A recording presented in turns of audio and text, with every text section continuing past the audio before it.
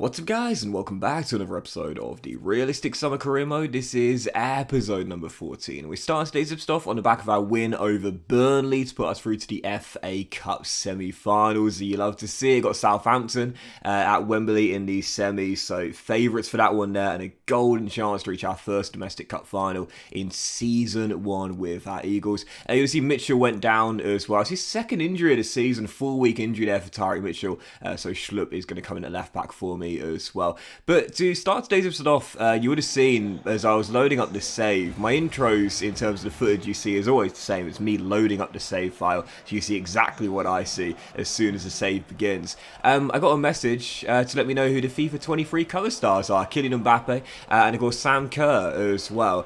So nice to see both a man and a woman as the cover stars for FIFA 23. And I guess I just wanted to talk about FIFA 23 in today's episode. Be a little bit laid back and just chat about what we're going to see in FIFA 23 and also my opinions on how the game and the game mode I should say could be better and could be improved upon, because here's the deal, you know, I'm going to talk quite candidly about this. As I scored this ridiculous goal through Will Hughes. Sorry, I totally forgot about this. Man, you guys are going to see in today's gameplay, by the way, some absolutely bizarre things. And the first goal is one of those as well. It's a crazy bit of gameplay today, guys. You're going to really enjoy a couple of bizarre things that happen, including this bizarre own goal. This is point shaving from Dubravka. Mate, where are you going? Why are you diving to the left? That's embarrassing. I think it's because I was trying to shoot across the body of Dubravka, and it registered as that's where he thought the ball was going to go for the anticipation, but of course due to the tackle it ended up going the other way and snuck into the bottom corner. But yeah, for FIFA 23, you know, a lot of people talk about career mode and they talk about how the game could be so much better than it is. Now, I'm always very honest about it, and I'm very objective as well. When I talk about FIFA career mode, man, I've said many times before, the frustration with me lies within what could be better for career mode, and it's not necessarily something which needs to be drastic. A lot of people might throw in things like, you know, online career mode, for example, and that would be amazing. It would get a much bigger player base, it would be fantastic, but you don't even need to go to that extreme to make the game, and the game mode I should say, just much better. Number one, just fix the bugs. I mean, seriously, how hard is that? You know, you don't need a massive change. Just look at this. Zaha elbows Elise after an amazing solo run and stops him from making it 2-1. I told you, today's gameplay is hilarious, man. But, yeah, you don't even need those major changes. Number one, just fix the bugs. Fix the bugs and fix the glitches, some of which have been in the game for years. Some of the bugs that we still see in FIFA career mode, we've had for ages. We haven't just had this year, we've had several years of similar or the same bug being in the game.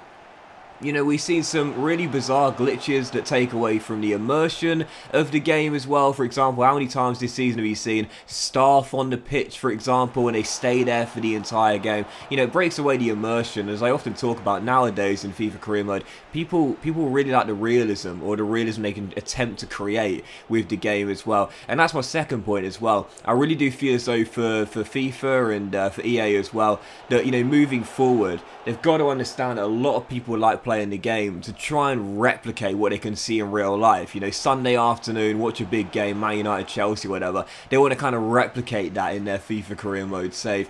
It can be really hard to do that when, you know, just 1.5 years in, Manchester United's team is just completely changed to something absolutely bizarre with about 4 world-class strikers, 2 sat on the bench. It doesn't happen as often nowadays. It used to be a lot more prominent in earlier FIFAs, but even so, it still can be a problem. You know, I'll give EA some credit. The transfer market has improved as the years have gone by, but it still can be incredibly unrealistic. And I talk about destinations of players in my realistic career modes. This one here with Crystal Palace, and the last one I did earlier this year with Southampton and another team as well, who I won't spoil for you if you want to watch that one.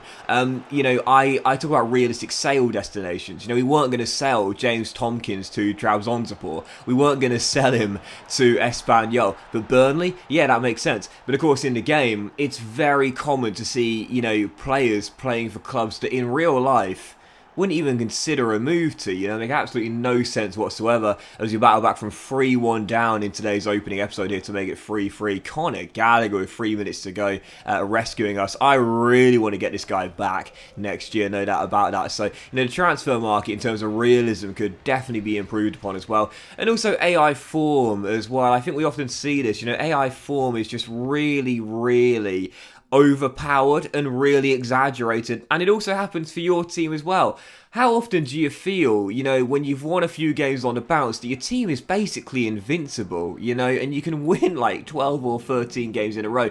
It's not impossible for that to happen, but it is incredibly unlikely. But when your team gets good enough, you can do it practically season after season, go on those really long winning runs. But then the same can be said the other way around. Sometimes, and talk about form here, look about this for balance. 11 wins, 11 losses, 7 draws, 50 goals scored, 50 goals conceded. Oh, that is going to be nice for those that like alliteration and OCD. But, form can also go the other way around as well. Sometimes big teams, and you've seen it throughout my career mode saves this year and in previous years as well, particularly the past 2 years.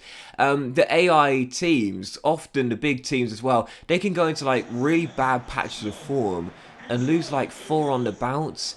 When was the last time you saw Liverpool or Manchester City lose 4 on the bounce? But it happens quite often, and sometimes season after season in FIFA career mode, and not, losing those 4 games to other top 6 teams, but instead, oftentimes you'll see, one of the big boys leading the league lose at home to like 19th place because they're not in current good form. And that to me is a problem with EA. Look, form is a real thing, it should be in the game, but it's far too overpowered, at least in my opinion. Should it be in the game? Yeah, absolutely, of course. Form's a real thing, but it shouldn't be as overpowered as it is. Sometimes it's just ridiculous when you see a big team lose like 4 or 5 games on the bounce against teams they should be beating with ease. And then sometimes you'll see a team climb from nowhere, beating the big teams away from home with ease, just because they're in what is considered to be good form currently. So yeah, form is definitely something I want EA to look at as well. And speaking of the bizarre things happening in today's episode, oh my god, I was raging at this point. So it's our second game we're taking on the Gunners.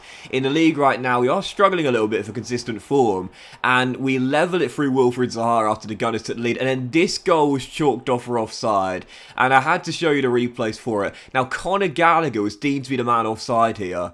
And it's true, he was in an offside position when Zaha won the aerial duel, but he doesn't touch the ball, and he's not interfering with play. If you look here, when the header comes in, I think it's Gabriel is the man that's closest to him and the man close to the ball. Zaha beats Ben White in the air, Ramsdale's caught in no man's land. Gallagher's not obstructing Gabriel. If you look here from this angle, Gabriel's got a clear path to the ball. Gallagher's to his right, he's not stopping Gabriel from running and clearing the ball. How was that offside?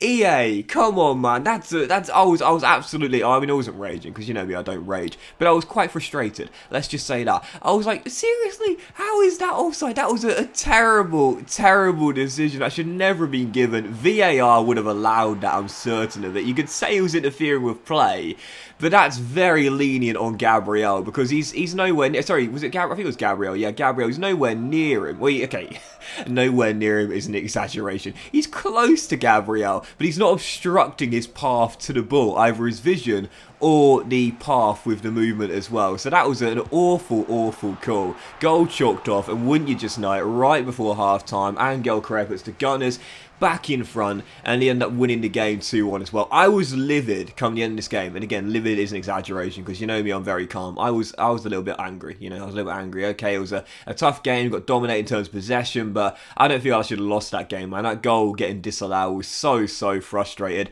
and then the Gunners scoring deep in the stoppage time of the first half. That was a frustrating loss to take, that one, but yeah, for me, with FIFA 23 right around the corner, I guess in today's episode, I just really wanted to discuss that, I think a lot of people, can get frustrated with the lack of change with career mode. but some would argue that, you know, what more can EA do, etc, etc, etc. And I often talk about it. It's not what they can do, what they can bring to the game, but it's what they can make better. You know, yeah, we'd love to see online career mode. Yeah, we'd love to see, you know, classic teams available, the Arsenal Invincibles, the Manchester United treble winners, or whatever, you know, classic teams available, you know, or classic stadiums to unlock, or scenario-specific challenges. I've always been a big advocate. I'd love to see that, scenario-specific challenges, taking over a team, bottom of the table, 10 points adrift from safety with 10 games to go, for example. I'd love to have that in the game. It would be so cool, you know, or you're 7 points off top position, and there's 9 games to go or so, and you got to win the title. I'd love to see scenario-specific career mode challenges available to do, and then once you unlock one, you can move on to another. I'd love to see that. But, you know, those are things to add into the game. But what I'll say to people when they say, oh, come on, it's FIFA Career, what more can they do? You know, it's a game of football. I'll often say this: it's not so much what they can bring in, it's not so much what they can add, but what they can do better, what they can improve upon. We see crazy bugs, we see ridiculous glitches that have been in the game for years. You know, we see AI overpoweredness in terms of form, a very unrealistic transfer market. The reason why no one plays strict negotiations for transfers is because, ironically, it's more unrealistic than on loose, because obviously sometimes you can't sign a player even if they're in the same league as you, because they're 85 rated plus if you're doing an RTG, for example. So yeah, to me, it's not so much about what they can bring into the game, what they can add, but what they can do better. I'd love to hear your thoughts on this though, guys. I really would, because I think for us, you know, as FIFA Career Mode players, we've seen some great changes over the years. Development plans, one of my favourite changes to FIFA as the years have gone by in the recent years, but I do feel there are a lot of things that need to be worked on before they start adding things in. Let me know in the comment section down below, what do you think needs to be addressed first? Crazy AI form, the bugs and glitches that have been in the game for years, or possibly the transfer market? What do you think needs to be addressed first from EA? What do you think really needs to be improved upon FIFA 23 and beyond? But that will end today's episode of the Really Summer Career, guys. Big fan for watching. Like, much love to you all. Have a fantastic day, and I'll see you for the next episode of the Realistic Summer Career Mode very soon.